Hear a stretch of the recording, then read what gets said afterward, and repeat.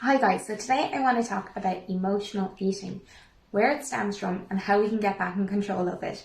It's become such a hot topic over the last few months.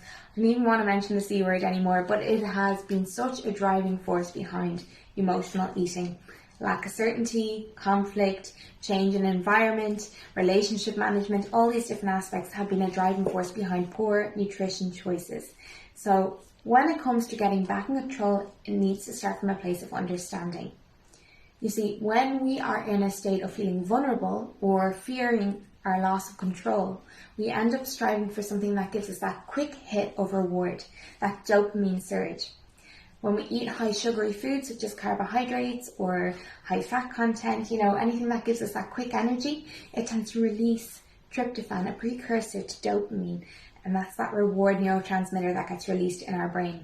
So when it comes to understanding, it's really important to be aware of emotional intelligence.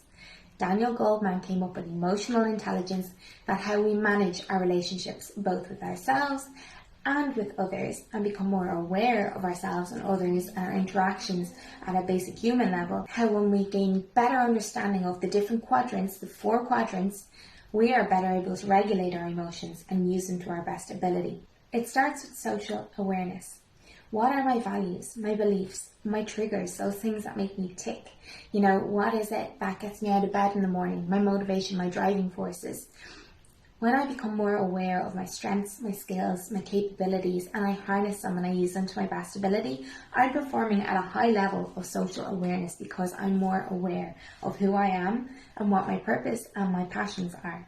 Okay? When it comes to social awareness, understanding it from another's point of view, empathy plays a part. Okay? So being able to empathize and see the world from somebody else's point of view, seeing their triggers. What is it that makes them tick? What are their values, their skills, their strengths? Have you had that conversation with them? And how can you harness both your skills and strengths, your values and your beliefs, see it from each other's angles and their point of view, and use them together as a driving force of good. When it comes to self-management, that's where nutrition comes in.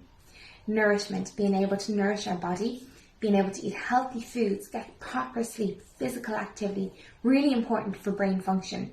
Our memory, our cognition, our ability to learn and regulate our emotions all starts with our brain health and our gut health. So it's really important to be aware that you are either operating at a high level of self-management or a low level of self-management. Also, what are my driving forces again? What is driving me to my end goal? Is it status? Is it certainty, autonomy, relatedness, fairness? Those different factors pulled from David Rock's model of SCARF. Really important when it comes to self-management.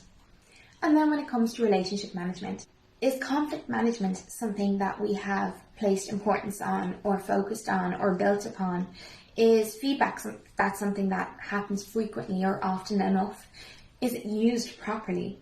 Is it taken on the right side of the coin, and is it put into place as a point of productivity and progression? Am I able to listen and, give time for reflection?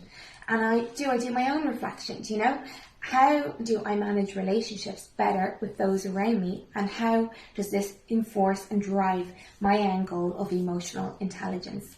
When it comes to being more self-aware, able to interact better with those around us, it operates on both levels. It improves their side of the coin and your side of the coin.